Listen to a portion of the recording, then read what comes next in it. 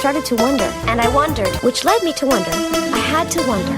I started to wonder. I couldn't help but wonder. I couldn't help but wonder. I couldn't help but wonder. I couldn't help but wonder. I couldn't help but wonder. I couldn't help but wonder. I couldn't help but wonder. I couldn't help but wonder. I couldn't help but wonder. I couldn't help but wonder. I couldn't help but wonder. I couldn't help but wonder. I couldn't help but wonder. I couldn't help but wonder. I couldn't help but wonder. I couldn't help but wonder. I couldn't help but wonder. I couldn't help but wonder. I couldn't help but wonder. Hello everyone, and welcome to Seagulls Make Do.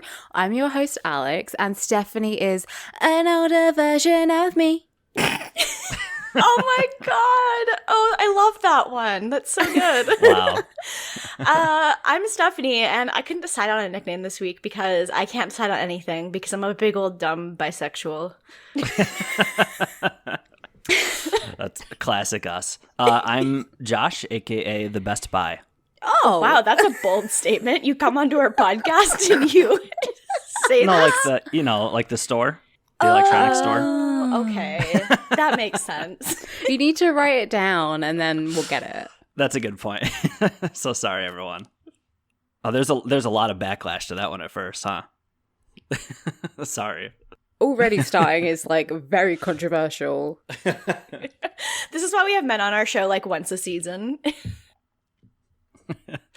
So sorry. I'll leave.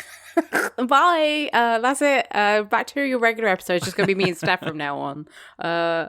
No, we have Josh here because we are tackling season 3, episode 4, Boy, Girl, Boy, Girl. Tackling is right. What an episode. What an episode. Possibly, I'm gonna say bottom 3 episodes of the series. At least so far. Yes. Yeah.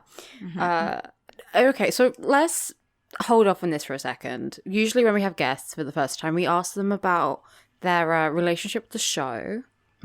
So Josh, what do you know? That's a great question, actually, because I didn't know that I was going to have to expose myself like this.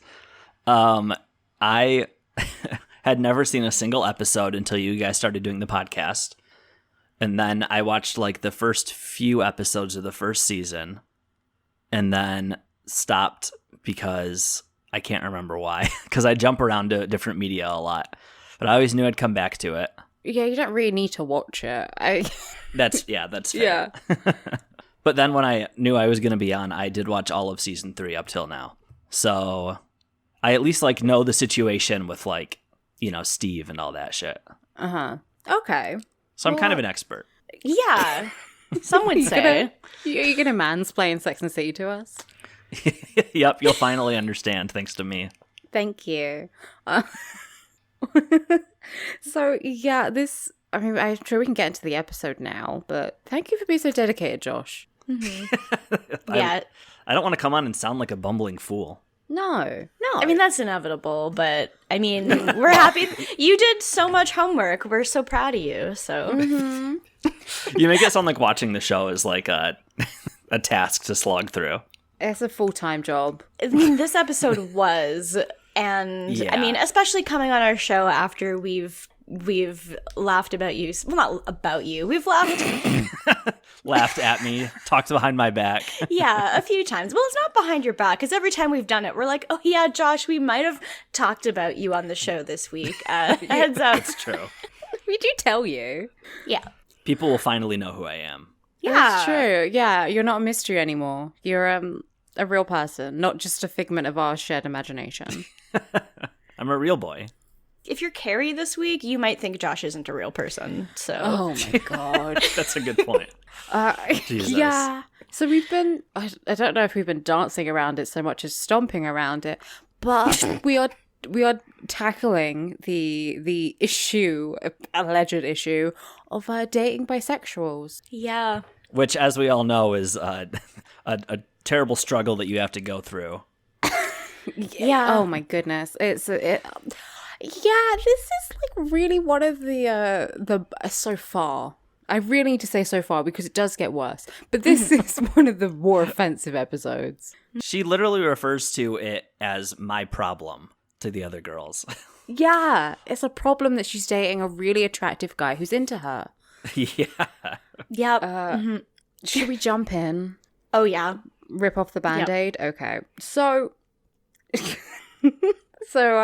we start with a voiceover from Carrie about how New Yorkers are jaded and aren't surprised by anything. And we see like a little, we get some good comedy rule of threes. So we have New Yorkers ignoring a fight in the street, then a dog in like a baby sling, and then a naked waitress. Oh yeah, titty tally, no bush. No, she's waxed. She's a ripped bear, but her titties are fully out. That's true. All of it is. I see that. Okay, I will say before I watched the show, I had no idea how. I mean, pretty much every episode, there's at least one titty. Yeah, we had a bit of a run where there weren't many, and then like literally last episode, we had about like 10 pairs. Yeah, season 3 is bringing them back full force. I feel like that's what happened. They like just started writing for season 3, and they were like, "Okay, guys, like we've been renewed. We're on HBO. We gotta make use of our like potential titty quota. Like we've got to get up there." And so they just went ham on it. So this season's been lots of titties. So apparently the reason we're bringing up being shocked is because apparently Charlotte's latest exhibit, she said, is going to shock everyone, and it seems to have actually shocked the gang, the girls, and Stanford, because it's drag kings. Yeah, which is how you know this episode is off to a good start. This is the most heterosexual thing I've ever seen. Like, yeah, it's extremely like, it's not like the art itself. It's not like they're doing anything shocking. Like, it's not like the art is, you know, like the people in the pictures aren't doing like very sexual poses or anything. It's literally just that it's like, oh, all the people posing are women, but you wouldn't know it. And that's it. Exactly. And I want to point out that, Samantha is incredibly turned on by this just because just looking at one of the socks that they use to pretend that it's a dick, she like bites her lip basically and looks into the camera and says, "I'm horny." Yeah, pretty much. Yeah. Which is what she tends to do, it seems like. She does it this whole episode. It's great. Yeah, they have like gigantic socks in their trousers, which I guess is like the sexual aspect of it. And like Stanford is very confused because he's attracted to one of them. God, yes. Yeah, and he says like, maybe I'm straight. He says maybe I'm a lesbian. Oh, right. Oh, yeah. Okay. Yeah, I heard that, and I extremely was like, Stanford, you're supposed to be like our representation here. Like, what are you doing? He's not. He's the funny gay. He is the funny gay. Mm-hmm. Very. Yeah. Well, I think this whole thing is like the whole aspect of the show, or at least this episode, is like, oh, I'm cool with gay people when they're fun and bitchy and sassy and just hang around me. I'm not cool when they actually have any sexuality. Mm-hmm. Yeah. Yeah. Because, I mean, that seems to be Carrie's issue. It's true. I'm not cool when people are not talking about me. True. That, and also like I'm not cool with people existing in some kind of gray area. Like, you're not a man, you're not a woman, then what can you possibly be? You're not straight, you're not gay.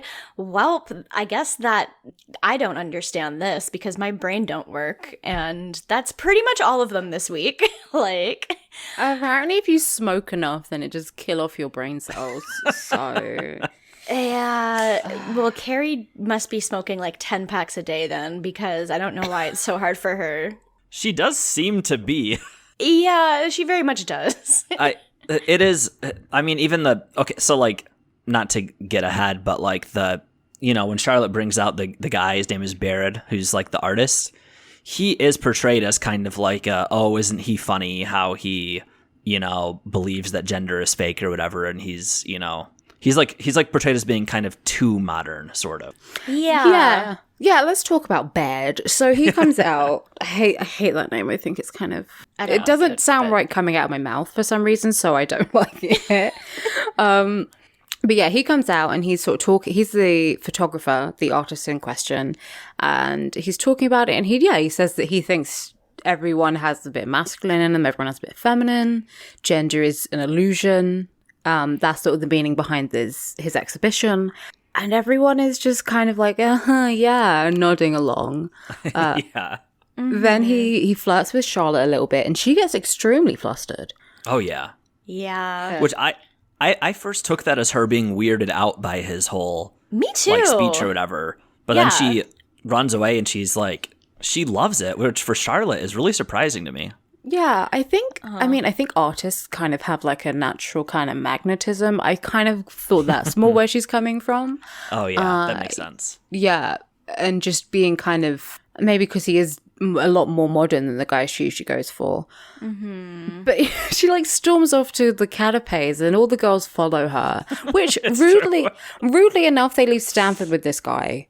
And I don't feel like Stanford has the charisma to talk to him. True. Like, I would be so mad if all my friends left me with someone I don't know. Yeah. Yeah, and she Stanford says, yeah. Oh, what were you going to say? I was just going to say, he seems pretty self-confident, though. Like, I don't know. I mean, I guess it depends, but...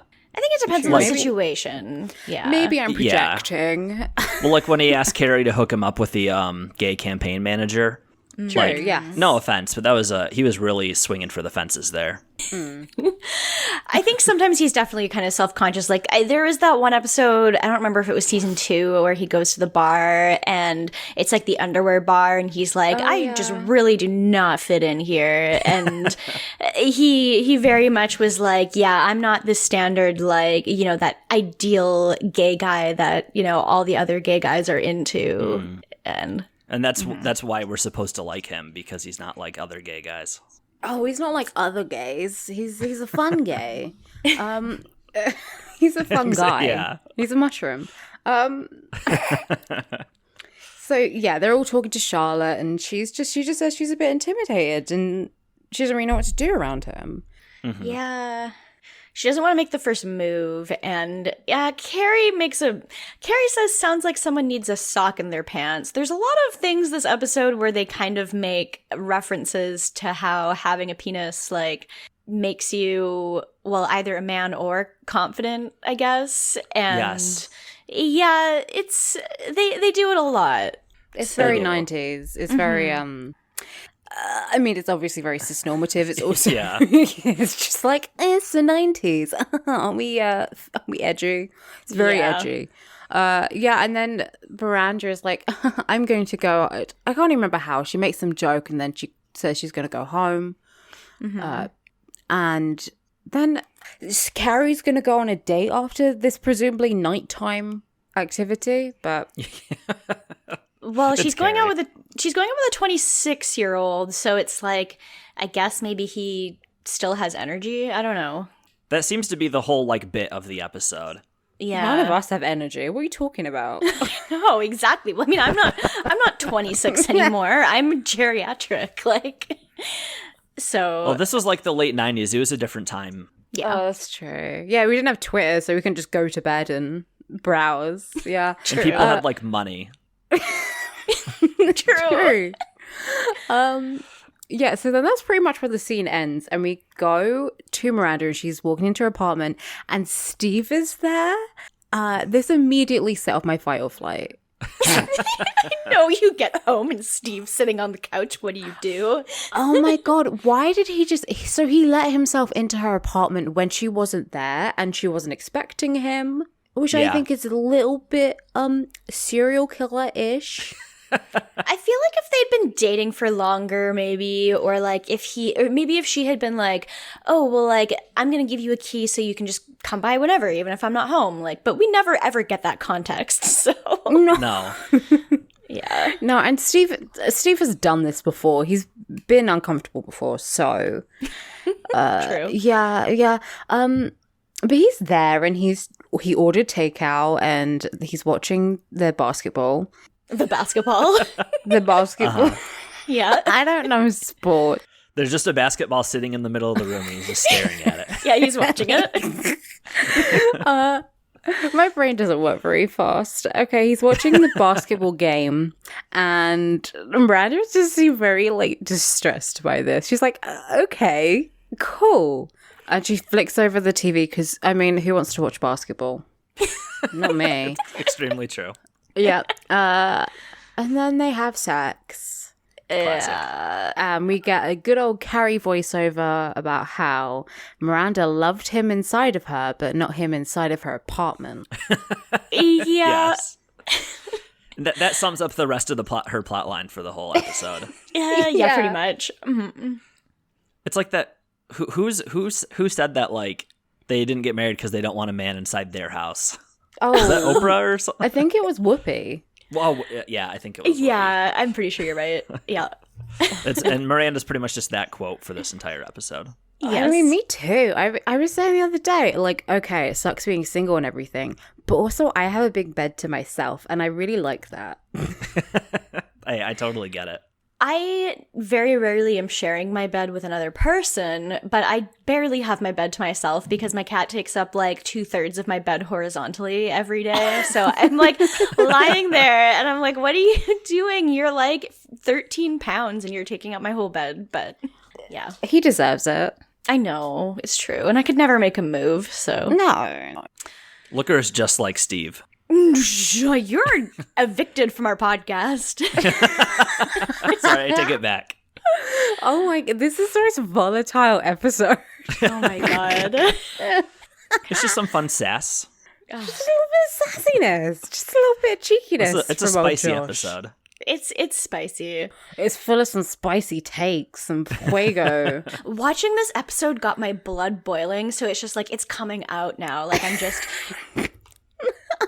The vitriol that we have for one another because of this fucking episode. Okay, let's just continue with it. Let's get it over with. Okay, so then we see Carrie's new boyfriend, Sean. All I can see him as is Rachel's boyfriend. Yes, Tag from Friends. Yeah. Which it seems like such a different era because I know that they came out like around the same time, but part of me is like, oh my God, he seemed so young on Friends and he seems so young on this. Like, how can he be the same age? I feel like They're both like the year 2000. yeah, I feel like maybe Friends was like a little bit later, but I don't Yeah. know. He's a cute. He's not stupid in this, but I just assume he is because of Tag. Yeah, but he's lovable. He's like a human puppy. I like him. I like him too. Bisexual solidarity. Yeah. Yeah. Although he's wearing cargo pants. There seems to be like a theme in this show, and also we were kind of talking about this last night, but also in Seinfeld, where one of the girls meets someone who they always seem perfect at first, and this happens over and over again. Like it's the guy who in that one episode ends up just punching everyone in sight, and then the politician who loves piss play, and then Yes. for him it's like he's perfect, but He's perfect, also- but he'll piss on you. So yeah. This is like he's perfect, but that's it. He fucked a man at some point. Sorry. Yeah. So yeah, they're ice skating at night. Carrie is smoking a cigarette Yes, on the ice why? rink, which Yeah. I don't think you can do. And her jacket is like that cowhide kind of material. I don't like it. She's not wearing anything on her legs. She's wearing like a little jumper dress, so she's gonna be all bruised and freezing cold. The worst ice skating attire I think anyone's ever worn. But they're just skating around. He's like, "Oh, I'll help you," and they have a little kiss. And he has a flask of booze. That's how you know he's young and hip. He's very hip in his blue cargo pants. Yeah. Plus, he like works for an internet magazine, and he runs an internet magazine. And we know that he's young and Carrie's old because Carrie couldn't find it on her computer. Which how? We talked about this last week, but Carrie is the most computer illiterate person in the world, I think. So God, He's so stupid. it just makes. How can you literally? Whatever. I don't know. Was Google around at this point in time? It must have been. Yes. Because the other day on Tumblr, I read that the first time Google was ever used as a verb on TV was on Buffy, which was like in the early 2000s. So Okay. At the very least, they had Ask Jeeves. true. No, that's true. Yes. So then we see him like on the ringside, courtside. No, courtside is definitely right. The skate bench? It's a court. If they're playing hockey, is it courtside? No, it's like I think it'd still be rink side. rink side. Okay. Yeah. Yeah. Yeah. I don't know. This episode is me not knowing things. Great. That's okay. It's fun to learn. Go to Ask Jeeves and type it in. Yeah, I love to go shoot some pucks on the hockey court with my poser friends. Anyway, so they're at the rink side. They have a couple of drinks, and everything. Carrie's talking about how everything's going great, and then he asks her when her last serious relationship was, and it all takes a funny turn from there on. Mm-hmm. That's the big twist. Well, yeah, Carrie gets a bit uncomfortable because she doesn't really want to talk about big, but she does. And then he answers a question, and he's like, "Oh, did you get the names?" Basically, says 2 women's names, and then a dude, Mark. Yeah. I think, and I feel like the order is kind of important here too, because he says before this I dated a girl, before that it was a girl, and before that it was a guy. And I think that might just be useful information going forward. Yeah. And what seems so shocking about it to Carrie is like it just, rolls off just like a super normal thing to say that, oh yeah, and I dated Mark once. Which like the look on her face, it looks like he just told her, yeah, one time I accidentally killed a man. And but like the psycho music might as well kicked in. It was like, that one like shot from Jaws where it zooms in his face super close and then like yeah. The Kill Bill sirens start playing. Yeah. He's like, oh, is that a problem? And we don't even see what Carrie says yet, but like you just the look on her face. Oh. Yeah, they pretty much like cut away, right? Because we're just supposed to, as the audience, be left with this very comedic thing that has happened to her. Yeah, we're supposed to go, oh, can't you find a nice boy? Yeah. Oh, boy. He knows what he wants. Mm-hmm.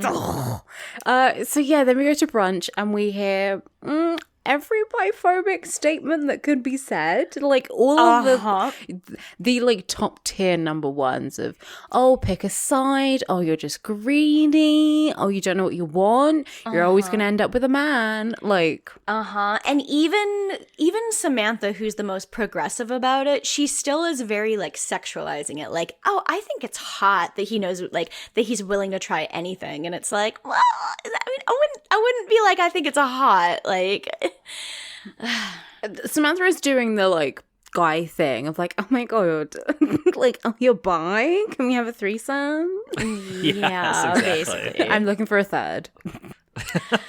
Oh god, yeah. They literally say, well, because they mention, they're like, yeah, every bi guy that I knew in college turned out to be gay later, and they say the phrase, it's just a layover on the way to gay town. Yeah, how is that such a stock phrase? Who came up with that so I can fight them? Because that sort of became a thing. Like everyone's on a fucking train. I'm not on a train. I'm on a cruise. Or a flight. Yeah. Not only did all the bi men end up with men, so did all the bi women. They all ended up with men too. So yeah, I guess, that's the thing is if you settle down, eventually you're going to have to pick a side, right? Because, being with one person, it means that you suddenly just rule out all your other sexuality. So. Oh, yeah. Oh, yeah. It's like how, when you're in a relationship, you just stop being attracted to everyone in the world. Yeah. Oh, yeah. No, exactly. Samantha makes another comment too, because like Carrie leads the conversation by being like, he's a bisexual. And Samantha's like, well, I could have told you that. He took you ice skating, which is the only funny line. It's like, oh my God, Samantha. Jesus. Josh, have you ever taken anyone ice skating on a date? I was just about to say, to be fair, me and Lola, the day that we admitted our feelings to each other, we had gone ice skating a few hours before that. That's so cute. Then we went to a bar and each had like 3 Long Islands. See? And there you go. That's how feelings come out. Yeah, that is how feelings work, I think. And I like how we both made the same noise. We do that a lot. We do. It's good. Yeah. So it's, well, any listeners who don't know should know I mean, I identify as bi, and not to, out her, but Lola does too. So it's I don't even like have the experience. I don't know what it's like to like date a straight woman who's worried about you being bi or something. Like, because I think we both understand each other, so that's really nice. So watching Carrie act this way is just like, what the fuck is wrong with you? Yeah. I mean, I definitely think we have a strong bisexual energy here. Most of our guests have been bi. We're both bi. It's the most purple show you can get. True.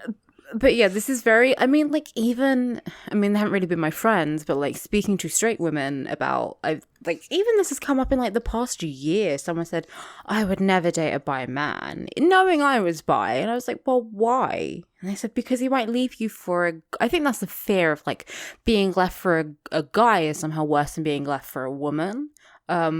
Which if you break up with someone, they're always going to leave you for someone else. And I feel like it's better than, there are plenty of women who married guys who they thought were straight, and then they got dumped and left for a guy. You can't win.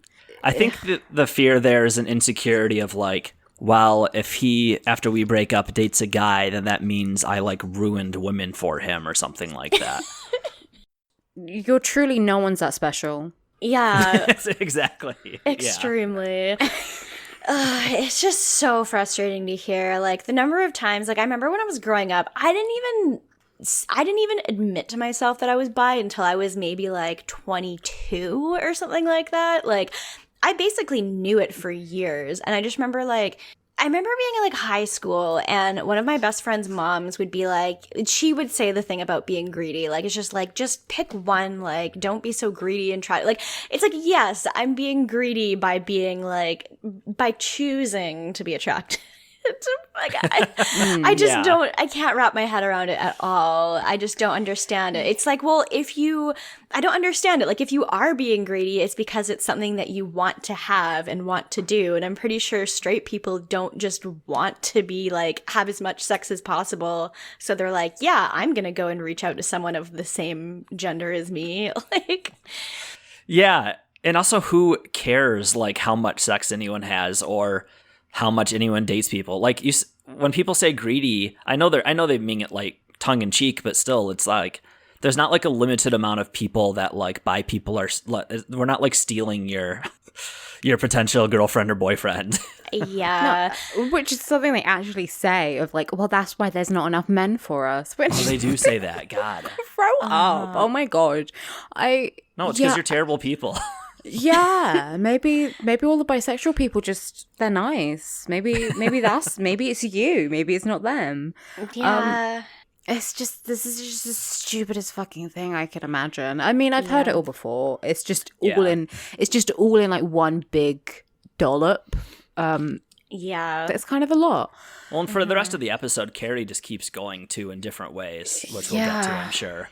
But this scene especially is just like, well, okay. Here's another thing I was thinking about is that even Charlotte says like, just pick a side thing, gay, straight, whatever. But it's like her storyline this episode is talking and basically dating a guy who doesn't believe that gender exists and like whose artwork is all about like people, essentially not picking a side, like exploring other options. It's like, why is she... Just from a writing perspective, why is she so closed off in one way and not in this other? It's dumb as hell. It's weird. And it's also weird that she's like, I'm into labels. So like pick a label, like be bi or be gay or be straight. And it's like, okay, first of all, no one has to pick a label. But also, Sean did pick a label. Yeah, bi is a label. He's being pretty clear about his feelings and his intentions. Yeah, he's very transparent about it. Like, if that's a problem, let me know. And God, and the way that they all even say, because Carrie's like, he asked me if it was a problem. And Miranda's like, well, of course it's a problem. Just no doubt in their mind, of course it's a problem. This is like interesting, I guess. I don't want to spend too much time here because whatever, we've been here a lot. But like knowing that Cynthia Nixon later came out, this is like a whole other thing. Oh yeah. Of like, I don't love this, truly. I mean, it's a lot of, this is not really a defense, but it was very much of its time. And, you know, I think that goes for Cynthia too. Like, it's just, when this is kind of like the cultural norm or whatever, you just go along with that until you realize you don't have to. True. It's very 90s. I mean, it's weird because it's of its time, but then they're still recognizing that there's people who are like more, you know, like people who know more about it and who are, I mean, they kind of treat it like those people are crazy or something. But it would be like if they had a modern Sex and the City episode and Carrie was like, oh, I'm dating someone who's non-binary, which just pick a side. And it's like, you can't just, I don't know. I feel like it like would still, like, obviously that would be like also in really bad taste. I almost feel like, I don't know, it like, I don't feel like it was that long ago. Oh no, it really wasn't. Yeah. Especially like even more like things have changed so rapidly as well. I still think you could make something today with these sort of jokes and it will get backlash on Twitter, but it would still happen. For sure. Look at something like a Glee, where that show was incredibly like, oh, gay rights, but then the way they absolutely shit on the idea of bisexuality in a lot of it, it's like, okay, like, aren't you supposed to be like a show that, you know, respects different, you know, sexualities and things, but... Like, why do people get so mad about it? Who hurt you? No. Why do you care so much what other people are doing? Oh my God. Exactly. It's like just their own insecurities of like, especially the thing that's like, oh, you know, I'm so worried a bi person not only is just going to leave you for someone else, but it's also the thing that's like bi people are always cheaters too, which is like, oh, that's a big thing in this episode. Yeah, like that's just another level up on it. Like, But yeah, we get our question. I didn't even hear the question because Carrie is smoking a cigarette and then throws it on the bed. She did do that. I got it. Yeah, she says, so, okay, if women can transform into men and men into women, and we can sleep with everyone, then maybe gender doesn't exist anymore. If we can take the best of the other sex and make it our own, has the opposite sex become obsolete? So for a second there, she has like a galaxy brain moment. Right, and then, yeah. And then she's so close. And then it just implodes in on itself. Yeah, it does. Does it? What does it make the opposite sex obsolete even mean? What are you talking about? I think we had this question when she figured out what a fucking rabbit vibrator was. Like, true. There's an episode a season of like, are men obsolete? And then she goes back to like fucking a man. It's just, I don't even, these questions are nonsensical, honestly, truly. Mm-hmm. Yeah. But I don't like someone. her. Mm-hmm. Should we talk about Samantha? Yeah, we should talk about Samantha. This is pretty this is a short scene. She's on the phone, she needs a new assistant, and then some like very young Italian man comes to the door, and he's like, oh, I'm here for the assistant job, and she's like, you're hired because he's sexy. True. Yeah, that's pretty much it. Yeah. And then Baird, I like that pronunciation. thank you. I figured out how to make it sound a bit better, coming from me at least. He asked Charlotte out. No, he didn't ask her out. He asked if she wants to be a part of his new piece, new exhibition. If he can shoot her. There we go. Mm-hmm. Got there in the end. I wish I could shoot Charlotte in this episode. But yeah, she's like, me as a man, and she's just very apprehensive because she knows like his entire thing is like, you know, fucking with gender and stuff, and she's like, but I'm not butch at all, like I wouldn't be right for that at all. She's wearing a skirt with a lipstick print on it. I think we can tell she's not butch. Oh, right? And then she says, I'm really bad at math and I couldn't change a tire to save my life. Oh my God. When she said she was really bad at math, I was like gonna reach into my fucking TV and Homer Simpson strangle her, like. Oh my God, on this day of all days. It's not the time. Right. But she eventually agrees. Mainly just because she wants to fuck him. True. Yeah. Which, Well, yeah, he makes it sound like, well, like I'll bring it out in you, like, and you're going to be so powerful and pose for me. Yeah. well, everyone wants to be amused, don't they? And true. I mean, Yeah. yeah. I always think you should be on edge if a male photographer is asking to like take photos with you alone. Yeah. I do not trust male photographers. They're always evil. True. And this is the second time that Charlotte has had basically this plot. Because there is the one time when there is the pussy painter. And he was like, I would love for you to be my subject. And she was like, oh, I don't want to have my pussy painted. And then he was like, please, you'd be perfect. And then she goes alone to his barn and gets her pussy painted. And Oh it's my like, God. Charlotte, you keep making these mistakes over and over again. You're not learning. I have gone to a male photographer's house, but that was for a headshot. So That's different. That's different. I paid him. That's valid. My dad's a photographer, but he only takes pictures of like dogs for the most part. So Extremely valid. and it's also not like his career. Like he does it as a hobby. So I trust him. Yeah, my dad takes pictures of landscapes. So there you go. It makes, again, synergy. Synchronicity. As long as he doesn't like compare them to the female form in his artist descriptions or Oh something. no, I would poison him. I would poison him if he did that. I hope he doesn't die of poisoning. from you. This comes back to bite me. Anyway, so then Carrie goes to this hot young club with Sean. It's extremely bisexual because the lighting is pink and blue. true. Mm-hmm. The band is also called Hair, and bisexual people have hair usually. Usually true. The alopecia listeners, that usually was for you.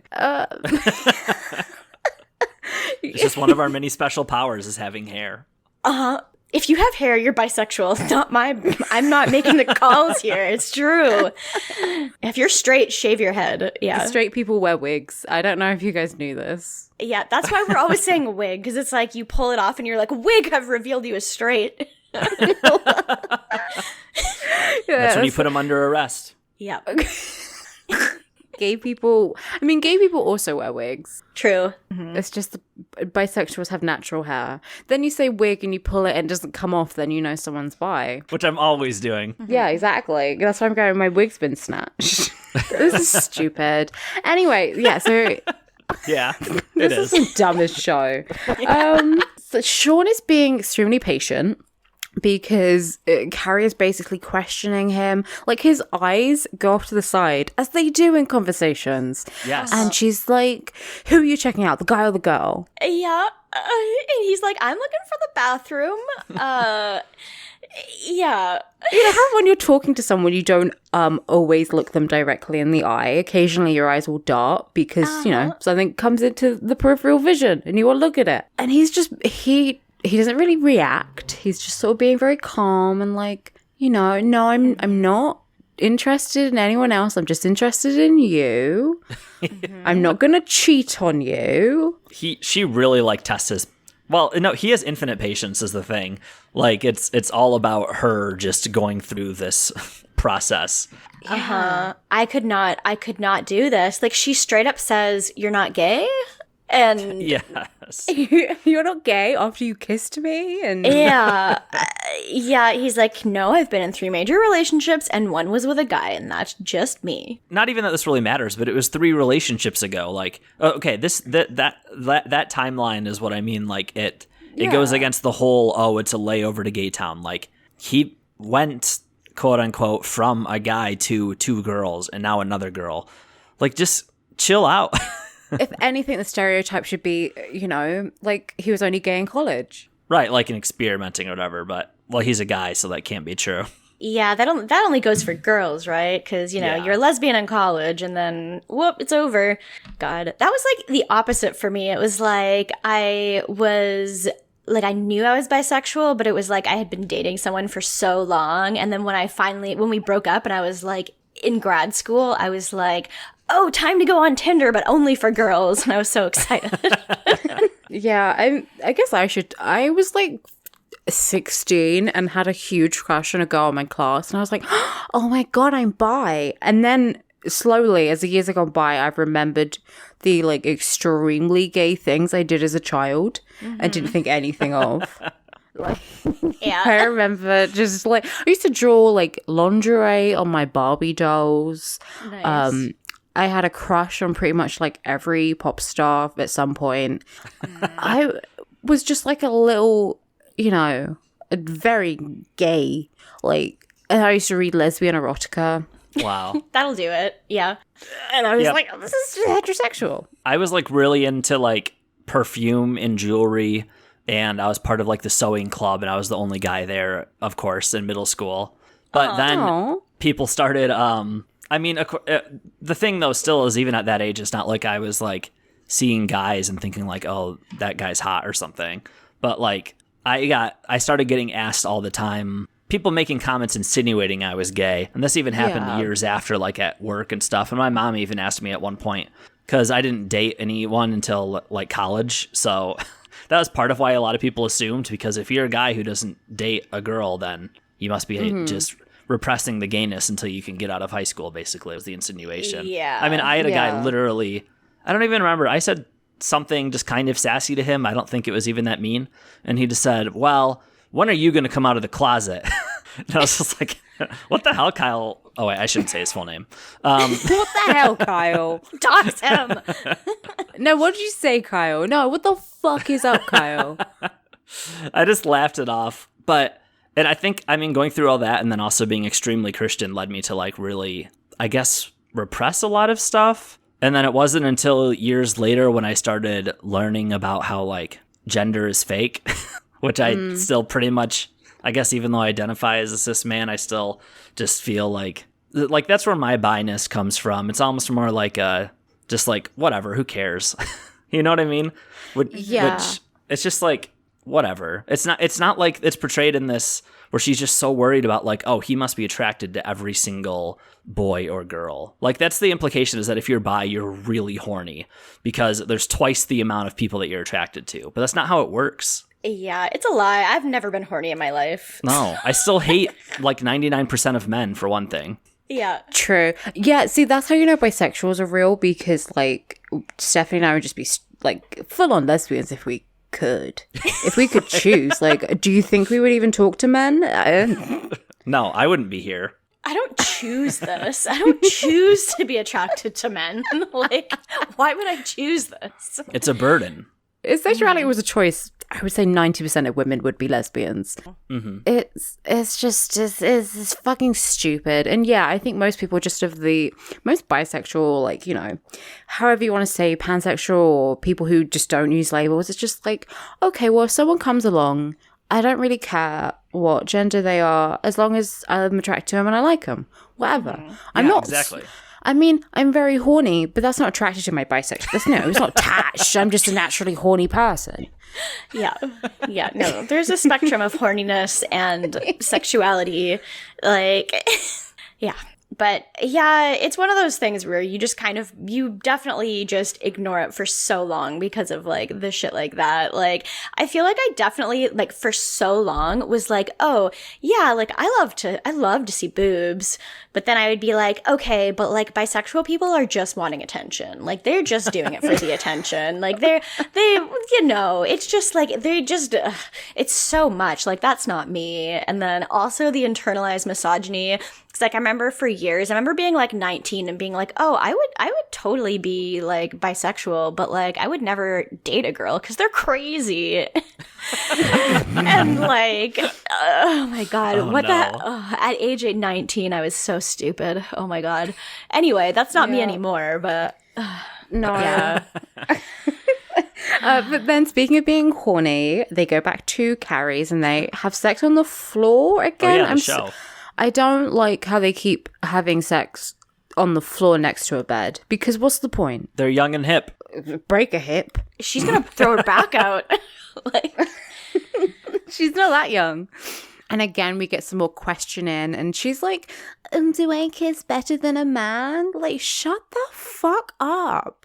How? And I literally don't understand how he's still doing this. No, this is where you leave. I would just leave. I would just say, shut that. I just had sex with you. If you think I'm still gay, then I clearly did this wrong. Well, it's because like he's currently on nut brain. Like he just had sex, so he's like his patience is probably infinite. 'Cause he probably doesn't even know what she's saying at the moment. Like he's in a post-nut haze. Yeah, exactly. And but he puts up with this. He's like, oh yeah, better than any guy I've ever kissed. And she's basically just like, okay, well, like, what would you do though if there was like a really good-looking guy looking at you, but then there was also this like really beautiful girl? Which one? And then he's just like, Carrie, shut the fuck up. He doesn't say that, but like he's just like smiling along. I know he's immediately telling all his other bi friends, like, this woman's insane, but she's really hot. Yeah. Because she keeps asking me about this, and I'm just like, yeah, okay. She has issues, honestly. I think he knows it's not going to last, and he's just like amused by the whole situation and doesn't care. Yeah. Yeah, I think he's just having fun. Yeah. Just having a laugh. He's just having a laugh. And then we go to Samantha and Matt, her assistant, and he's really rude. He's very rude. Also, can I just say that Samantha looks like a flower? I was going to say she looks like both sisters from A Cinderella Story. Oh my God. In one person. She reminds me of Mimi and Palmon from Digimon, because she's like got this bright pink like shirt and blazer, but then she's wearing this like pale green skirt, so she looks like a flower. She looks like Lilymon from Digimon is what she looks like, and it's a lot. She looks like one of she looks like one of Elle's friends from Legally Blonde. God. She does. I really should pay more attention to how people look in this show, because I just don't even notice any of this. I don't know, this is like a friendly roast. I don't know. Yeah, well, friendly. She looks fine, I guess. But anyway, the guy's an asshole. Guy's an asshole, and she's like, we don't talk to people like that in my office. And he's like, I think you deserve more respect. And then she just gets wet. Yeah, she like scolds him for being cocky, and she like goes and leaves the room and like watches him through the window. Yeah. It's so creepy. Like, she just stands there like looking over him. You can't do that. But there's no way he doesn't. She's like 4 feet away from him. I know. It's like that scene from The Office where like Michael's sitting in his office just staring at Ryan through the blinds, and he's like, what are you doing? Yeah, and then we go to Miranda in bed. She's like sitting straight upright, and then Steve is lying on her pillow. So she wakes him up and she's like, you're on my pillow. This is your pillow. It's not even passive aggressive. It's just straight aggressive. It is. Just like roll him over. He's asleep. He's not going to notice. Like, why do you have to wake him up? I don't understand, but. I mean, she wanted to make a point. Yeah, true. Yeah. She's a lawyer. She uses her words. True.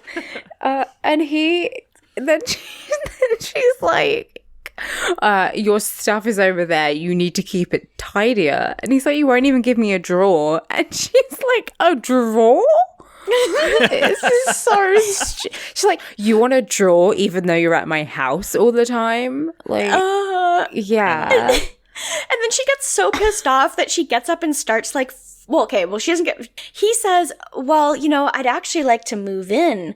And then she like loses her mind and starts folding all of his clothes at the end of the bed.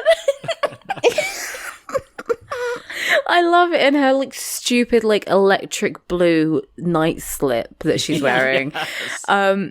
And she's like, move in? He's like, well, yeah, I'm here all the time. And she just completely freaks out. It's very Big and Carrie, but in reverse. It very is. She's like, you're here all the time. Like, you're always here and I never have any space and I feel like I'm being suffocated. And it's like, maybe you shouldn't be dating. It's not like they've been together for like 10 years and it's like, I need my space. It's like they've been together for like, I don't know. They've probably been back together for like a month or two. I would say probably more than that, but I don't know. But it seems like they've been together for long enough that moving in is like a reasonable comment. Yeah. But basically she like kicks him out. It's so funny. I love being mean to Steve. He isn't really doing anything wrong, but I still like it. he kind of is like, I'll get out of your hair and leave your key. And then she kind of starts backpedaling on it, being like, no, like, oh, no, it's just that I'm being suffocated, but don't leave. And he says, geez, Miranda, it's like you're the guy sometimes. Yes, and God. It's like, Jesus Christ. The gender of it all. It really fits the theme of the episode of the writers just not understanding gender at all. This could be called the gender, like the agenda. Gender in the city. The gender agenda. The agender. The agender. There is no gender. They are agender. No, that would be far too intelligent for them to have. That's true. Yeah, true. It's tiring. Carrie's like, well, most women would have fried food. Miranda seeks out the goddess workout, which is apparently some like new exercise thing. And Carrie goes with Miranda, and they're like waving scarves around. They're opening their chakras, popping their hips. Oh, Miranda can't pop a hip because she's a man. So Josh, can you pop your hip? I don't even know what that means. Can you like pop it? Can you, like you're a belly dancer? Can you pop it? I haven't tried. I definitely can't right now with my broken ankle. True.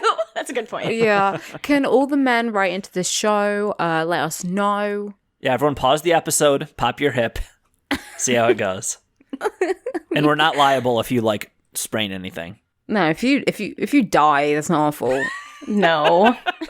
Yeah, Miranda's like, I can't put my hip, I'm a man. And then she's like so upset. And her and Carrie basically realize this whole thing is a bit stupid, it's a bit too new age for them. So they leave. And Miranda basically realizes that she's been kind of wild this entire, like, there was really no reason for her to freak out so much. Because she actually does want Steve there. She's like, I do love him. And it's like, do you? I don't know. It doesn't really seem like you do based off of your interactions. Because literally every time he tries to advance your relationship, you freak out. Like, I've been there before. I've been Miranda before. And it was because I extremely did not want to move that relationship forward. So, like, it's incredible how when you're happy in a relationship, stuff like that seems really exciting and fun. And when you're miserable in a relationship, stuff like that terrifies the shit out of you. Like... but that's just my business. That's just my onion. And, yeah, she says if she was a girly girl, she'd be really excited for this. She would really want it. And Carrie's like, but you're just the alpha in this relationship.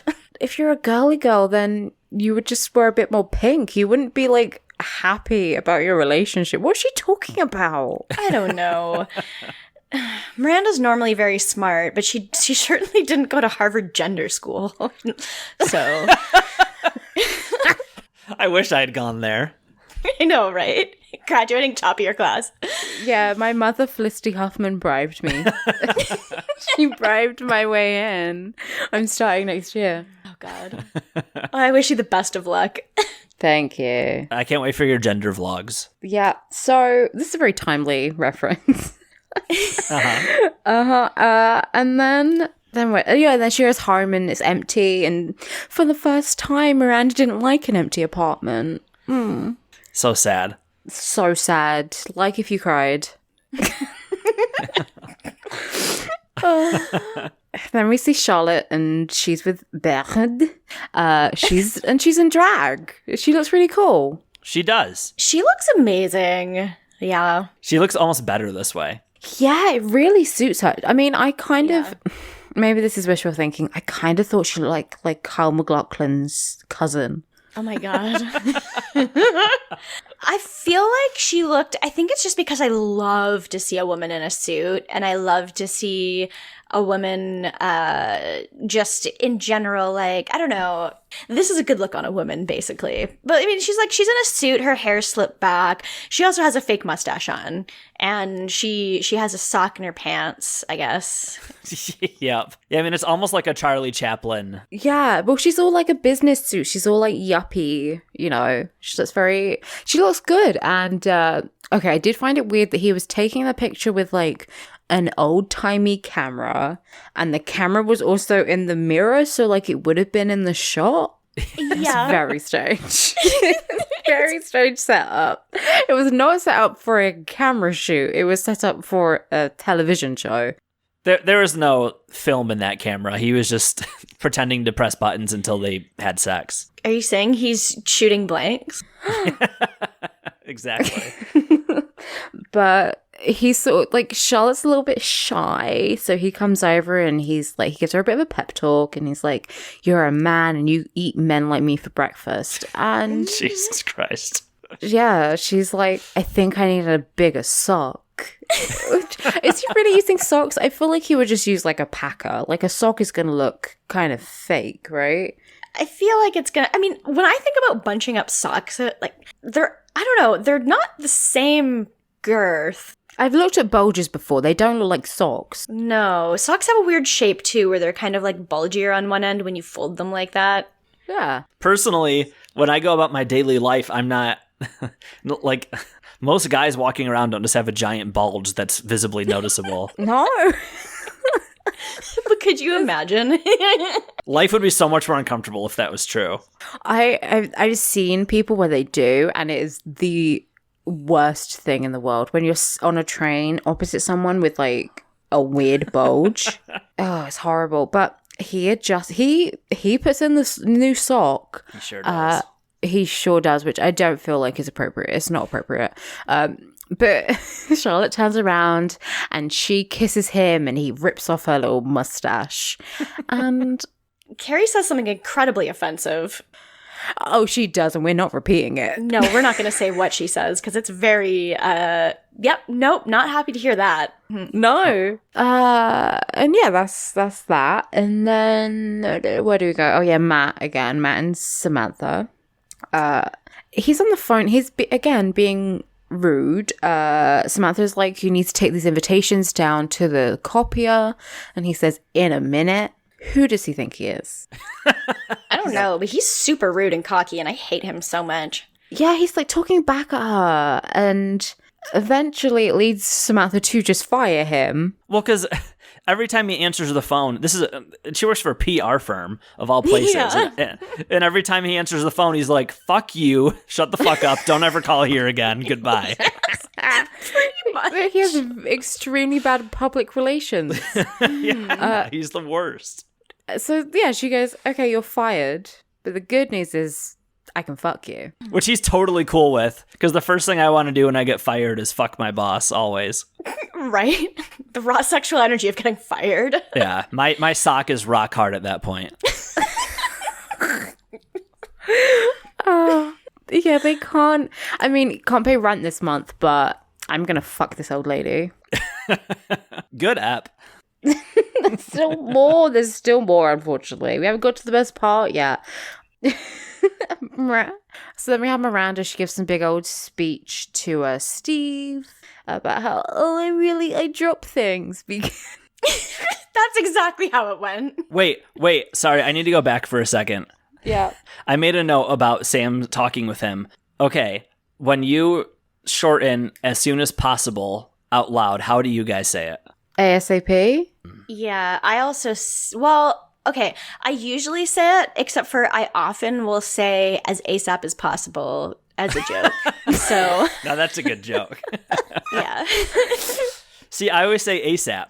Okay. I just noted that she said ASAP, and I thought it was kind of weird, but I guess if you say it too, then it's not weird. It's normal. It might be a British thing because she's British. I go both ways. So, Oh, yeah, I can go Oh. both ways. True, I do occasionally say ASAP, but it's usually ASAP. We all go both ways. Well, hey. Yeah, back to Miranda. So she comes home, Steve's there, and she's like talking about this spaghetti recipe she's going to prepare and how the market didn't have extra virgin olive oil, it only had virgin oil, and she doesn't know the difference. So she just bought the homemade sauce, and then it falls out of the bag and smashes this big glass, and then she starts crying, and it's very rom-com. It's just a lot. uh-huh. It is. Steve's just like, it's okay, we can just do pizza.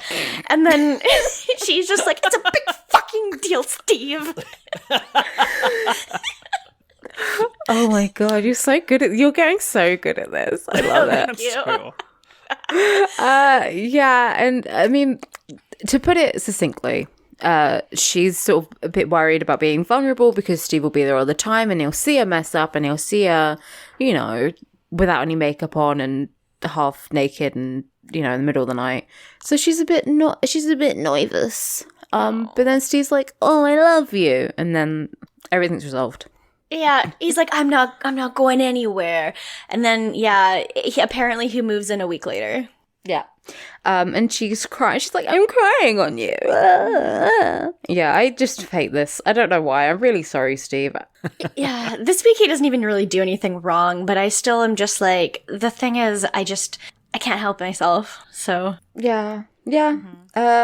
So then we see like a very quick thing of Charlotte and just how she didn't call bed again because she may have been that type of man, but she wasn't that type of woman. Yeah. Basically, she's like a little bit self-conscious that she was so forceful with him, which I feel like he probably liked. yeah, it seemed like he liked it. She also barely did anything. She like kissed him and then like touched his dick, and that's literally, that wasn't even.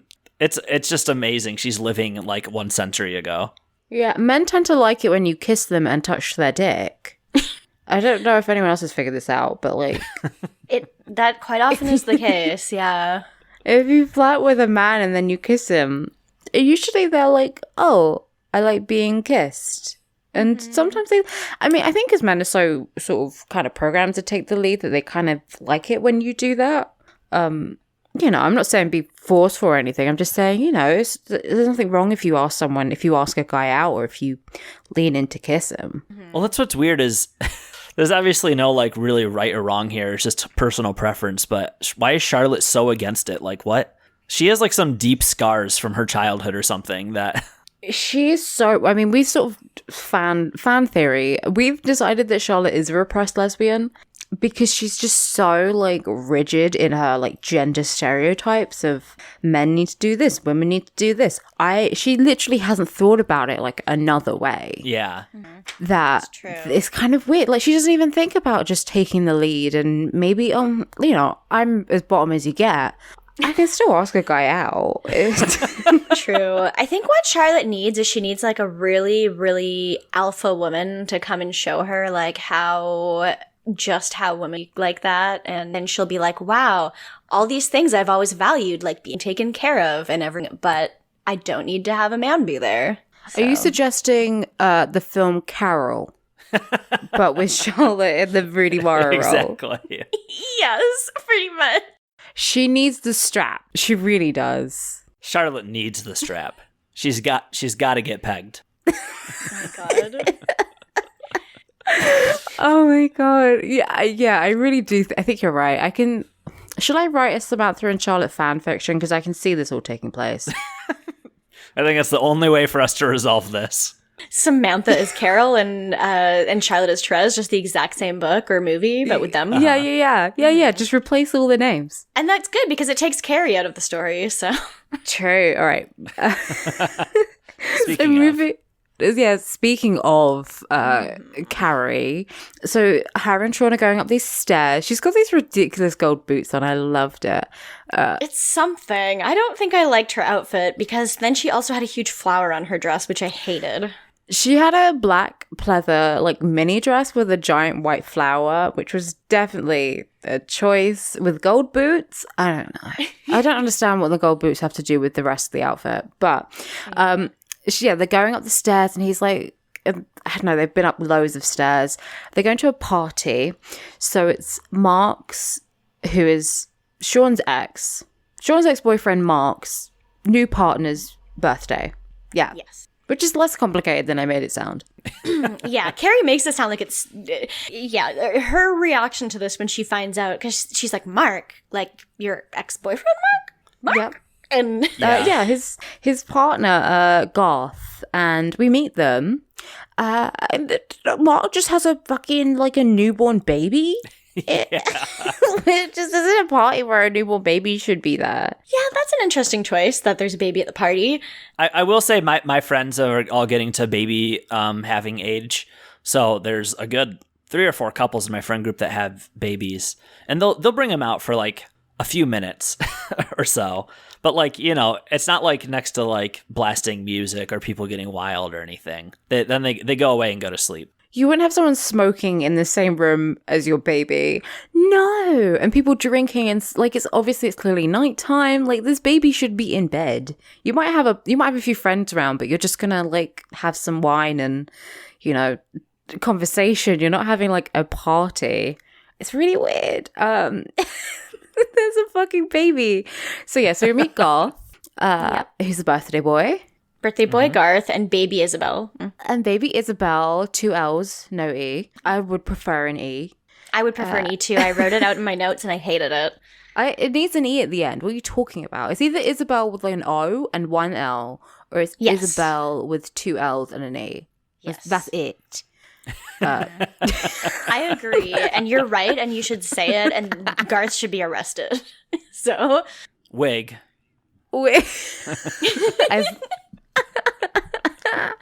And then Alanis Morissette is there? Yeah, my entire spirit, my entire Canadian soul leapt out of my body when I saw this. Wait, Alanis Morissette was there? Yes! How did I miss this? She's the woman who Carrie kisses. What the fuck? Yes. Yeah. I cannot believe I didn't realize it was her.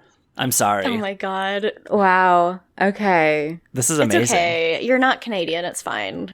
So. If I didn't recognize her, I would have been shot on sight, but that's just... Justin Trudeau would have dragged you out the back.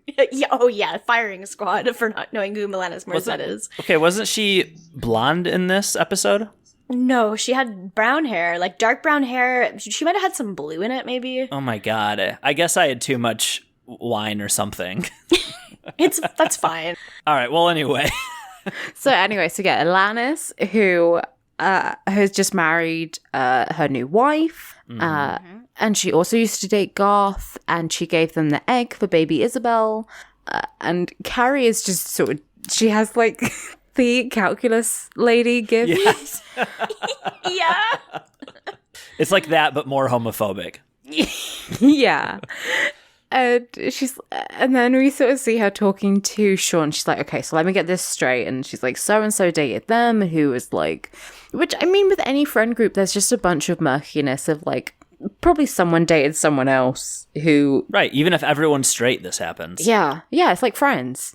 I do think it's really funny when they like introduce the whole group and then there's the one person they're like, oh yeah, this is our straight friend. And like, it's supposed to be a joke where it's like, oh yeah, we have one straight friend. But then I think about like my main friend group online and stuff that I've known for like a couple of decades. And it's like, we're pretty much all some variation of queer LGBT. Like, yeah, like on HKIP, it's like, okay, this is Sam, our straight host. Yeah, exactly. Who's allegedly an honorary lesbian. Yeah, that's a good point. It's just Brooks. Brooks is the only honorary lesbian. T.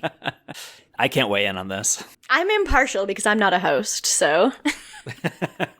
I side with Brooks. I guess Matt is the honorary straight person as well. Matt is, yeah... I guess the thing about Matt is that he's not white, so he's like, because it's like, okay, Sam's are like straight, white, cis, like he's that person, and then yeah. So Matt gets let off because he's brown. And he's cool enough and progressive enough to be dating a bisexual woman. So he's got galaxy brain. Wow. Matt tends to talk about like men being hot or whatever too. So I mean, I'm just saying his mind is open. Yeah, Matt is like the gayest straight guy there is. True. Like 2 days ago, he tweeted, "Shad is hot, I've decided." So okay, yeah, it's true. He's like, men are hot. I'm only going to wear purple and galaxy print. And I'm like, okay, Matt, do you know what? Yeah. I respect. I salute you. Yeah. We salute you, Matt. Do we? Oh, sorry, I shouldn't speak for everyone. No, we do. Anyway, and then the horny bisexuals decide they're going to play Spin the Bottle. I did feel a bit called out by this because I love Spin the Bottle. Yeah, I haven't played it in years. I was at a party a few years ago where it was, I think, a Halloween party. So, like, you know, when you're dressed up and, like, dressed up like someone else, I think inhibitions are already lowered a little bit. Yeah. But, I don't, I mean, even Carrie says something like, what am I, like, 16 or something like that? But, like, you don't have to, I mean, I guess we're part of the new younger generation that she's so afraid of. That's why it doesn't seem weird to me at all. No, I do. I think spin the bottle is fun. Although I do think you need to be maybe a little bit like truth or dare spin the bottle, and then you can always throw in a kiss. I feel like I have more fun playing like truth or dare or never have I ever and stuff like that than I do stuff like spin the bottle. But I've also just played those more in general. Yeah. I mean, because spin the bottle is just like purely kissing, which, Right. Yeah. I mean, I can kiss people. I can just do that. Like, it's not like I'm 13 and I'm like dying for an excuse to kiss people. I can figure it out. But they go and play, and basically everyone's just kissing everyone, and like, oh, it's all like sexy and flirty, and we're on the floor and we have cushions, and like, oh, we have carpets and shit. And then Alanis gets it and she spins it and it lands on Carrie. So they kiss. Carrie is sandbagging it completely. She's just like stone-faced. Yeah. It's really awkward. She spins it, and then when it lands on a girl, she's like, oh, it's a girl. I guess I'll have to go again. It's like, have you not been paying attention for... Yeah. That's true. This woman literally just said she got married to another woman. I don't think she has any qualms about kissing one. It doesn't have to be this long, like, make-out kiss either. Just make it a smooch, like Tom Brady and his sons. Oh. Okay, maybe a bad comparison, but... Disgusting. But yeah, you can, I mean, you don't have to make out with people. You can just be like, oh, smooch, I don't really, you know. You can say like, I'm with someone, I don't really feel comfortable with that, and I'm sure everyone understands. It was just a smooch, no tongues, just a smooch. Yeah. I do love a smooch. I love kissing people. I'm sorry. Kissing is good. It's okay. It's fine. I'm sorry that I lied up with a stereotype, and do you know what? After a few drinks, I will just go around, you know. But he wants to play spin the ball. That's It's just a good way to connect with some fellow humans. True. So then Carrie's like a little bit shocked after, and she leaves. She lies to Sean and says, what did she say? That she's going to go get another cigarette, even though she just lit one? She's like, I'm going to get more cigarettes. So maybe she's like, I'm going to get another pack. I don't know. Yeah. But yeah, she just straight up leaves. She just straight up leaves, and she's like, I never spoke to him again. Presumably she ghosted him. So real classy. And she's just like, oh, I was just an old fart, and I'm going to go and be an old fart and not kiss any women. Mm-hmm. Yeah, she's like, I realize they can do whatever they want, but I'm just too old for this. And I think we're supposed to relate with that as the audience. Yeah, there's never been any old bisexual people. Bisexuality didn't exist until 2005. That's true. It didn't. What happened in 2005? You remember in the OC? Oh, when Marissa was bi. Yeah. It was invented at that moment. Was it Olivia Munn who played Alex? Because all bisexual characters on TV shows are called Alex. It was Olivia Wilde. Olivia Wilde. There we go. Olivia Wilde invented bisexuality. That's true. She did. And I respect her for that. But yeah, before we started recording, Alex and I were talking about how, well, Josh and I are just living proof that this is a myth because we're both senior citizens and still bisexual. So disproved, myth busted. There you go, Carrie. I feel like I'm looking after, I'm at the old people's home. This whole episode has just been me visiting and being like, oh yeah, tell me more stories. Oh wow, you had a MySpace account? Shush. Are you too young for MySpace? Of course you were. Yeah, I didn't have MySpace. I had Bebo. What is that? I really do feel old. Yeah. It was like sort of an interim between Facebook and MySpace, but I think it might have been a bit more British. What about Zanga? Did you have that? Nope. Don't know what that is. I had Nexopia, which was a very Canadian thing, and I think it was a very Western Canadian thing. I had that, and I had MySpace, and then eventually I got Facebook when that was a thing. But I had MySpace before Facebook for sure. Yeah, same. Yeah. That's how I met the first girl I went on. Oh wow! Tell me more, Grandpa. Well, we played Guitar Hero 1, and then we watched The Garden State. And Oh, I'm sorry. Let's get into rankings. are we ranking the three of us, or? Well, we're all tops. Okay. Are we? No, we're Okay. ranking the girls. Yeah, so I'm gonna put the bottom is gonna be Carrie, because I have never been so appalled in my life at like just how stupid one person be. So she's at the bottom. Yes. Charlotte, I don't know. Charlotte's probably gonna be next bottom, just because I was very frustrated with her gender, everything she said the entire episode. And then Miranda, then Samantha? I don't even know. I think Samantha's my top this week, but I didn't even particularly like her. Just, she was the least offensive. Yeah, I didn't really like anyone this week. Well, that's the issue, I think. Yeah, so I think I feel similarly. Obviously, Carrie's whole thing was just absolute garbage. Samantha's storyline was almost nothing and just didn't really interest me. So I'd maybe put that at number 3. It wasn't like particularly offensive in any way, but still, it was nice to see Charlotte like break out of her shell a little, even if she didn't exactly talk about it in a good way. So for that reason, I'll put her at number 2. And then Miranda, I do understand her feeling of like, especially when it comes to like someone moving in with you, the feeling of like, oh, they're gonna see me like be weird and weird stuff, or fail, drop, like do embarrassing stuff, So I get that, even though she handles it really terrible and tries to reconnect with her womanhood through like yoga or whatever. True. I mean, like, the thing is, I felt it really relatable and I liked that.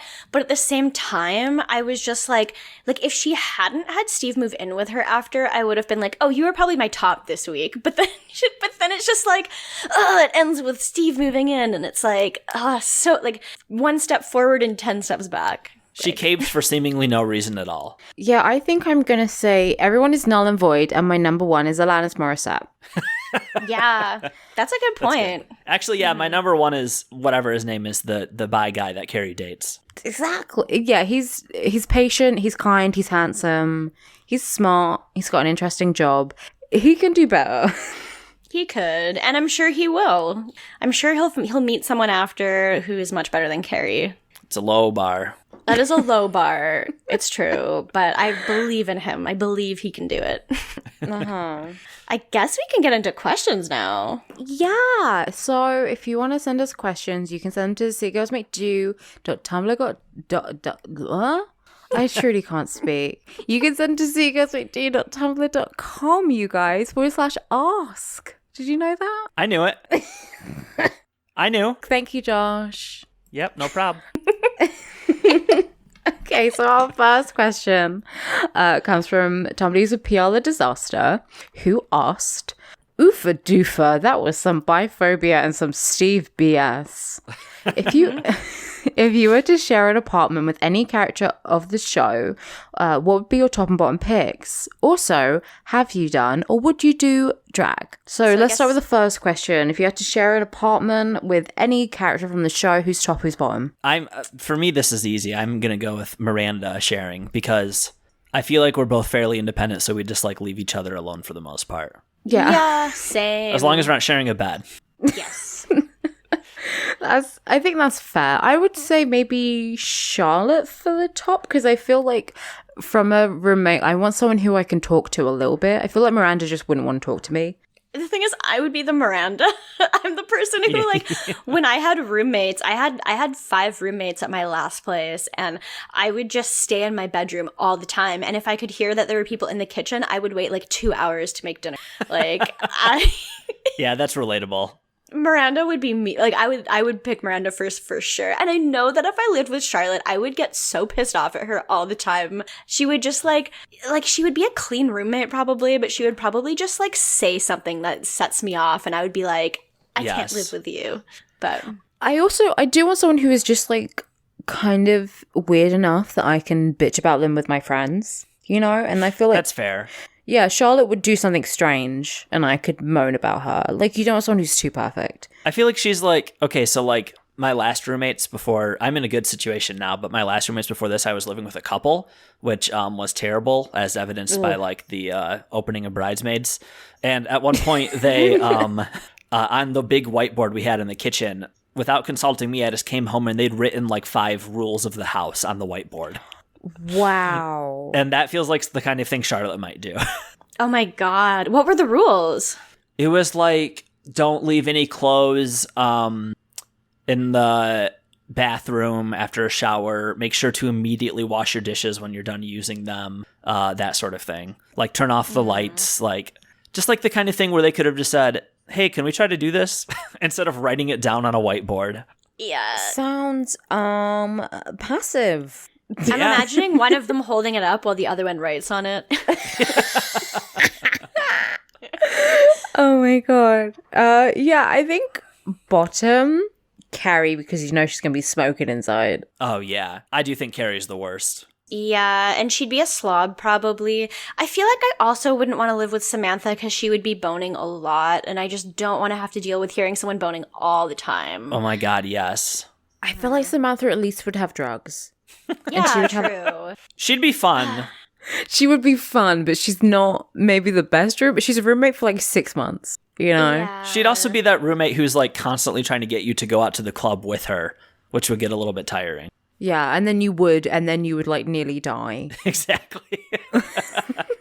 And then she goes home with some guy and you're forced to like pay for an Uber back or whatever. She just leaves. Yeah. Yeah, she might be my bottom then. I love Sam, but like, yeah, no. Yeah, that was a good question. So the second part of the question was, have you done or would you do drag? Personally, no. And well, it depends on what you mean by do drag. Because if you mean like do like the whole like drag queen, like choose a song and dance to it and everything, I have way too much stage fright to do anything like that. But if I had like a really good reason to fully dress up as a girl, it seems like a fun opportunity. Yeah, for like a party or like Pride or something. Yeah, or a Halloween costume or something. That's how like every drag queen starts. Is like, oh, I'm going to be Britney for Halloween. Yeah. I feel like I definitely would be interested in like wearing things with like a more masculine energy and stuff. Like, I don't know if I'd want to do a full on be like, oh, I'm presenting as a man. Because I don't know, that doesn't feel like authentic to me gender wise. Like, I don't know. I feel like it's the kind of thing where it's like, that doesn't feel like my place or thing to do. But I like to dress in ways that have more like masculine energy sometimes, if that makes sense. But I don't know if I would want to like do full on drag. I'll part the kimono a bit. I will bare my soul. So my sister used to say I look like a boy when I was a teenager. Which didn't do great for my psyche. And now I think I kind of lean a bit more feminine just because I'm like, I'm not a boy. I'm a woman. I'm clearly a girl. I'm not a boy. So I don't, like at the moment, I don't think I would really want to be a drag king. I just feel like that would be kind of, like that would kind of throw me off like so much. That makes sense. I might like try it, but I don't think I would ever perform. Yeah, exactly. Like, I did yeah. Sorry. No, you go. Why not? I'll get back to my point. No, you do your point. Say it. I was going to say, I didn't mean for it to sound so mean. Okay. I was going to say, I've kind of leaned a bit more into the drag queen kind of thing. Yeah. Because, like, basically for class, I did clowning. But it was not like straight, you know, you're going to wear a red nose and do all this weird shit. We didn't do very much of that, but we had to create a character, and it's basically kind of, like an exaggerated version of ourselves with like potentially making like kind of your negative traits into like really exaggerated and over the top. And, you know, it was kind of, and my one ended up essentially just being a drag queen without any makeup. So I wore like a very exaggerated outfit. And I did a little lip sync and dance / strip tease for my class. Wow. You're so brave. Thank you. And yeah, I was like, oh, well, I could do that. It was, you know, a bit more cabaret, but like I could easily do that for people and, you know, put on a bit more makeup and maybe a wig. Yeah, it seems fun. Yeah, exactly. So I mean, I would do drag. But I think I would lean more into the queen than the king. I mean, I am already a drag queen. My hair's really big. That's all it takes. True.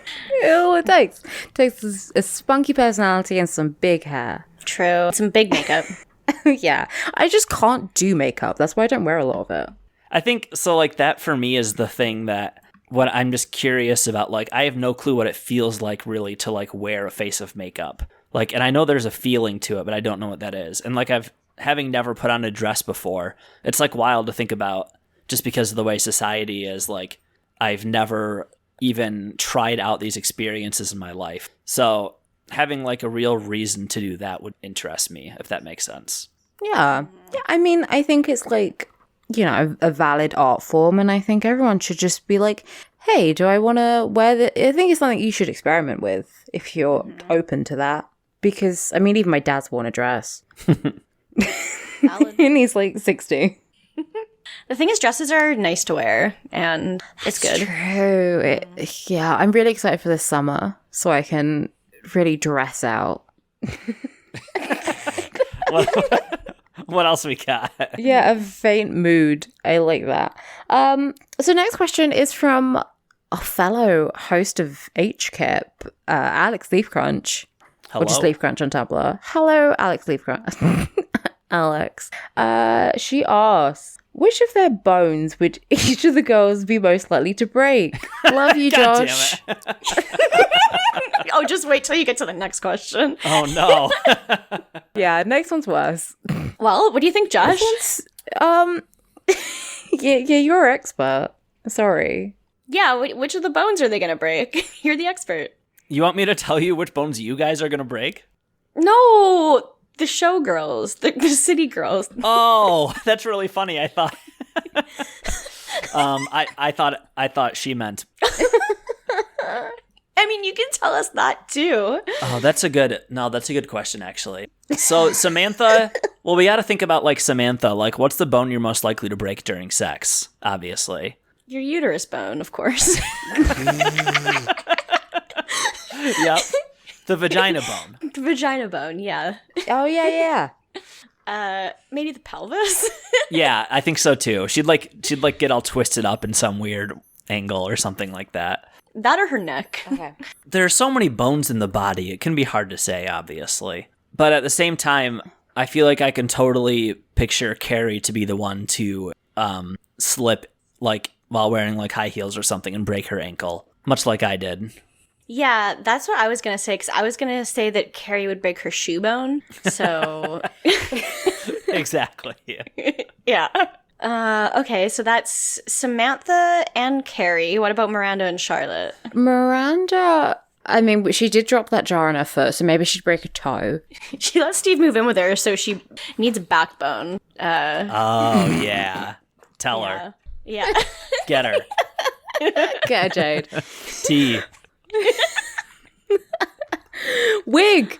Okay. And then Charlotte. Oh, she'd get married. She puts the ring on her finger, and then her finger breaks. Oh wow, true. Yeah. Okay, I think that's it. What bones did we break, Josh? The thing is, I don't. But despite all of our online interactions, I don't know what you're like in your meat space lives. True. What do you feel like you'd be most likely to break? I've broken 2 toes, so I'll probably break another one. Okay, how did that happen? So the first one, I fell down the stairs and I landed like on point. My toe is still fucked up. And then the other one, I dropped my laptop on it. Oh, wow. Oh no. That's impressive. It is impressive. Same foot, so I'm a bit wobbly. I've never broken anything before. The worst thing I've done is sprain my ankle. So I feel like I could probably like break my leg somehow.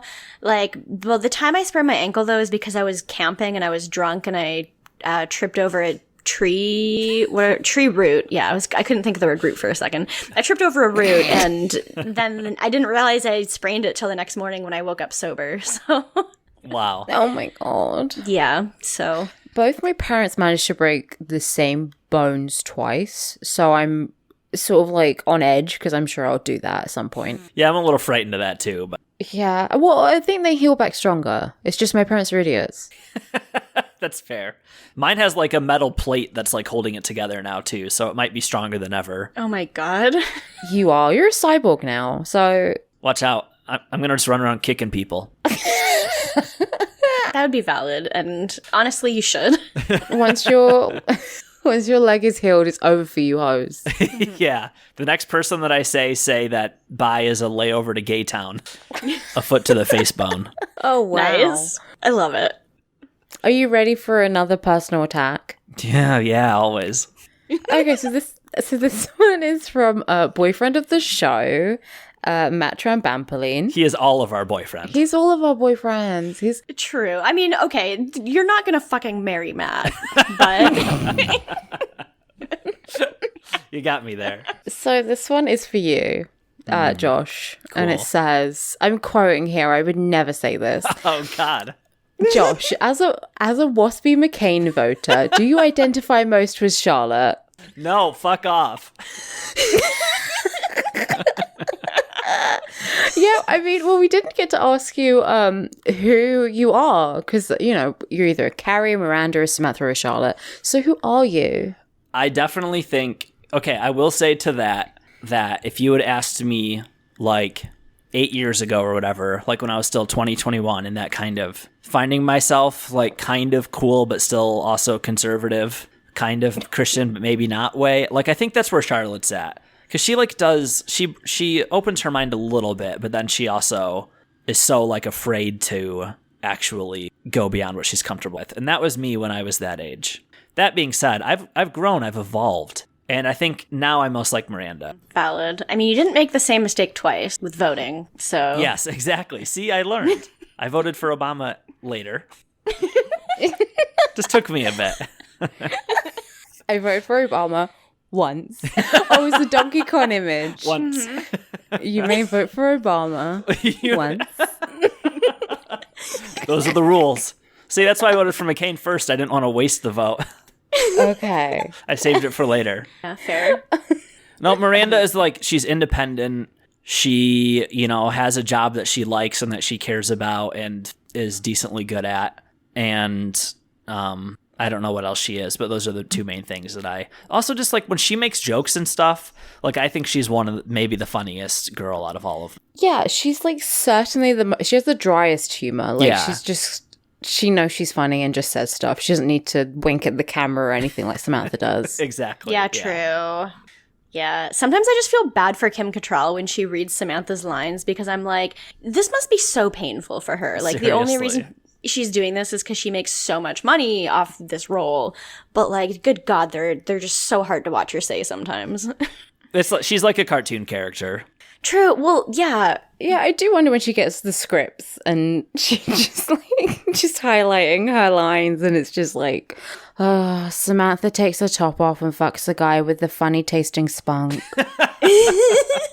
Well, this episode, she got probably one of her most quotable lines from the entire series, which we didn't even bring up, I don't think, where she says, I'll try she says, I'm a trisexual. I'll try anything once.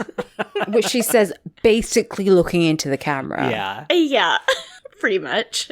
Tumblr user Mike Dawson asks, what do the girls' Y2K era websites look like? None of them know how to use a computer. So Yeah. They're all just really shitty GeoCities websites that have like fucking like Carrie's is pink, like the HTML code is whatever, like the hottest pink. Like the code for her, the hex code for her website is that color, and fucking it's probably just a bunch of pictures of fucking shoes. well, I think if they all have web pages, they're all just designed by their companies. So like Carrie's would be sorted out by a publisher. Samantha's is just for her business. Like, same goes with the rest of them. So I just imagine they're like normal looking websites. I don't think they have like fan fiction blogs or anything. No. Well, yeah, back in the day, like neither of them have like niche enough interests to like try to make anything like that. When it was like 2002 or something, I had really shitty websites where it was like, I would make like a directory to show like what all the episodes of Friends were, or like what all the episodes of like that 70s show were or something. And then I'd have like a bio page for each of the characters, like a picture of them. And I was like, wow, this is cool. What? And That's amazing. Yeah, I don't know. I was weird. I'm not sure. That era of internet was like just fucking around and doing whatever. It was the era where you were like, oh my God, I could make a website because I know like 3 different things in HTML. Yeah. So you're like, I know how to insert an image and make it centered on the page. And I know how to make text italicized and like change the background color. Oh my God. Yeah, it was like that. And it was like, I remember learning it. I remember learning really basic HTML for my Neopet shop. Yes. I learned it from Zanga, just designing my theme. Yeah. I wasn't on the internet at this stage, so... You weren't even born yet. No, I wasn't born until 2003. I wasn't born until 2005 when bisexuality was. True. You hatched. You spawned at like age whatever, however old you were then. No, I wasn't on the internet until... Yeah, I wasn't on the internet until like mid-2000s, so I don't know. That's like how long I've known Matt from the internet for. Like, we met in 2006, so... Wow. I was on Club Penguin. You were on Club Penguin and I was on the Lemon Demon forum, so... I've never used Club Penguin. I used Neopets for ages. I mean, I was playing Neopets last week, so, like... That's true, you sent me your thing. I know. Yeah. Yeah. Club Penguin was just the Neopets for, like, Gen Z. That makes sense. Where are we? Gen Z. Yeah. You're on the cusp. You're on the cusp. Where are we? I'm confused. Anyway, I think that's been that. So Josh, where can everyone find you? On Twitter at Twigrists. I guess maybe on Tumblr at Venusaurphobia, but I pretty much just reblog like funny memes there. That's it. Catch me in the Discord. We won't tell you which one, but... Oh. Sorry, the Henry Kissinger's Pokemon Going to Die Discord. Because I also am on that podcast with Alex. You remember how you're on that show? Anyway, yeah. I forget about it. Yeah, don't we all? I'm not on that show, so yeah. Well, you know you can find me. I'm on Twitter at Age of Oddish, and I'm on Tumblr at Windfall Island, and that's it. Those are the only places I am, and I don't do anything else, so. Yeah. Well, I'm also on Henry Kissinger's Pokemon Going to Die. I'm in the Discord. And you can find me on Tumblr at Dork Phoenix. And brand new, you can find me on Twitter at DorkPhoenix69. Nice. It's been very exciting to see you on that new platform. Yeah, I listen, there's a whole new Alex. There's a whole new me. That's true. There's a Twitter me, there's a Tumblr me. Like, Wow. You're getting 2 different sides of the same woman. I'm 3-dimensional. Wow. I mean, it's 20 by teen, baby. So Oh yeah. Yeah, if I was going to pick any year to actually go on Twitter, then I think 20 by teen is the era. I should have gotten on Twitter like years ago, and I only joined like last spring. So like city girls are timely. Wow. I'm coming up on 10 years. Wow. Well, good for you. That's Thanks. because you're an ancient spirit. That's true. True. Anyway, I think we've had a good time. I hope you've all enjoyed listening. They have. We'll catch you. Yeah, you have. Trust me, you've loved this. Yep. You've loved this. You love all this. We will catch you on the flip side, and we'll see you next week. Yep. See you next week. And if you thought you hated this episode, just wait until the next episode, because somehow it's even worse than this one. So you've got that to look forward to. We didn't even let guests try to sign up for this episode. So That's when you know it's bad. When we're saying, hey, we don't want to subject any of you to this. Like, stay tuned for, presumably we'll both go insane, like, on record next week. Yeah. All right. Anyway, see ya. Bye. Bye. Get it? Oh. Like a funny bye.